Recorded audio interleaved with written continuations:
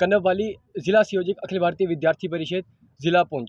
जैसा कि आप सभी के ध्यान में होगा कि जो 23 जनवरी 2025 को अखिल भारतीय विद्यार्थी परिषद द्वारा ये जो तिरंगा रैली पुंछ में निकाली जाती है, कुछ पॉलिटिकल लीडर जिनके बयान आते हैं कि जम्मू कश्मीर में तिरंगा रैली निकाली जा रही है और जो अखिल भारतीय विद्यार्थी परिषद है ये एक एंटी मुस्लिम ऑर्गेनाइजेशन है। मैं उन तमाम लीडरों को ये चीज़ बता देना चाहता हूँ कि जब 2021 में महबूब मुफ्ती का बयान आया था कि अगर धारा 370 के साथ कोई छेड़खानी होती है तो इस जम्मू कश्मीर में तिरंगे को उठाने वाला कोई नहीं होगा। वहीं अगर 26 जनवरी 2022 की बात करें तो कश्मीर में गुलबकार रोड में 100 मीटर लंबे तिरंगे को तिरंगा यात्रा निकालने वाला अगर कोई है तो वो अखिल भारतीय विद्यार्थी परिषद के कार्यकर्ता है। मैं उन तमाम लीडरों को ये बता देना चाहता हूँ, जैसा उन्होंने बोला कि अखिल भारतीय विद्यार्थी परिषद एक एंटी मुस्लिम ऑर्गेनाइजेशन है और एक भाजपा की स्टूडेंट विंग है। मैं उन्हें बता देना चाहता हूँ कि अखिल भारतीय विद्यार्थी परिषद की स्थापना 9 जुलाई 1949 में हुई थी, जबकि भाजपा की स्थापना 6 अप्रैल 1980 में हुई थी। इसका मतलब हम जो पिछले 31 साल से अखिल भारतीय विद्यार्थी परिषद काम कर रही है वो किस ऑर्गेनाइजेशन के लिए कर रही है। तो ये जो सो कॉल्ड फेसबुक के पोर्टल की बात करें जिन्होंने ये न्यूज़ चलाई है कि अखिल भारतीय विद्यार्थी परिषद एक भाजपा की स्टूडेंट विंग है, एक स्टूडेंट विंग है, उन्हें मैं ये बता देना चाहता हूँ कि जर्नलिस्ट साहब, घर के अंदर बैठ के कैमरे के सामने आने से कोई जर्नलिस्ट नहीं बन जाता। सामने आए, सामने आके पहले पूरी हिस्ट्री पढ़ें कि विद्यार्थी परिषद क्या चीज़ है और भाजपा क्या चीज़ है। युवाओं के प्रेरणा स्रोत स्वामी विवेकानंद जी ने कहा था कि उठो जागो और तब तक बढ़ो जब तक अपने लक्ष्य की प्राप्ति ना हो जाए। मुझे ऐसा लगता है कि कहीं ना कहीं मुझे अटल बिहारी वाजपेयी जी की कुछ लाइनें याद आती हैं। उन्होंने कहा था कि ये भारत कोई भूमि का टुकड़ा नहीं, ये एक जीता जागता राष्ट्र पुरुष है। अटल जी ने कहा था कि ये वंदन की धरती है, ये अभिनंदन की धरती है, इसकी नदी नदी हमारे लिए गंगा और इसका कंकर कंकर हमारे लिए शंकर है। हम जिएंगे तो इस भारत के लिए और मरेंगे तो इस भारत के लिए। मरने के बाद अगर गंगा जल में बहती हमारी अस्थियों को कोई कान लगाकर सुनेगा तो एक ही आवाज़ आएगी, भारत माता की जय। धन्यवाद। अस्सलाम वालेकुम, मेरा नाम जबरान अहमद है, मैं पुंछ का रहने वाला हूँ। तो सबसे पहले तो मैं शुक्रिया अदा करूँगा जो हमारे साथ मीडिया वाले आए, इन भाई का जिन्होंने कीमती समय निकाल कर हमें वक्त दिया और हमारी बात सुनने के लिए आए। तो जो हमने 23 तारीख को तिरंगा रैली निकाली, इस पर महबूबा मुफ्ती ने कहा कि ये जो है तिरंगा रैली नहीं निकालनी थी, क्योंकि हमें ये जो हमने पुंछ में तिरंगा रैली निकाली है स्टूडेंट ने निकाली, हमने हर स्कूल को हमने इनवाइट किया क्योंकि बच्चों ने निकाली। कोई बड़ा मतलब थे, लेकिन हम 50 फीट का झंडा हमने अपने कंधे पर लेकर तो पूरे पुंछ में हमने पूरे मतलब नारेबाजी हमने भारत माता की बोला, ठीक है। उसके बाद मैं यही कहना चाहता हूँ कि ये 2021 में कहा था कि हमारे देश को कंधा देने वाला कोई नहीं रह गया। मैं यही कहना चाहता हूँ कि 2000 कंधा देने वाला तिरंगे को कोई है तो वो हमारे अखिल भारतीय विद्यार्थी परिषद है, हमारे कार्यकर्ता हैं। तो मैं एक ही बात कहना चाहता हूँ कि मेरा ख़ानदान है ये पूरा।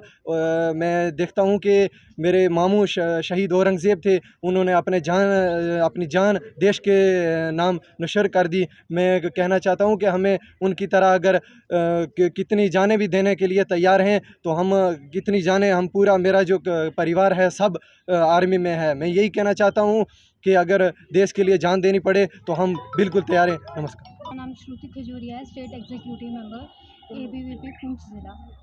सबसे पहले मैं ये कहना चाहती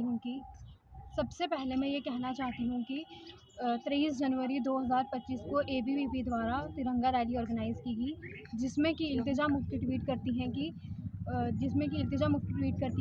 एबीवीपी एक पॉलिटिकल पार्टी है और एंटी मुस्लिम ऑर्गेनाइजेशन है।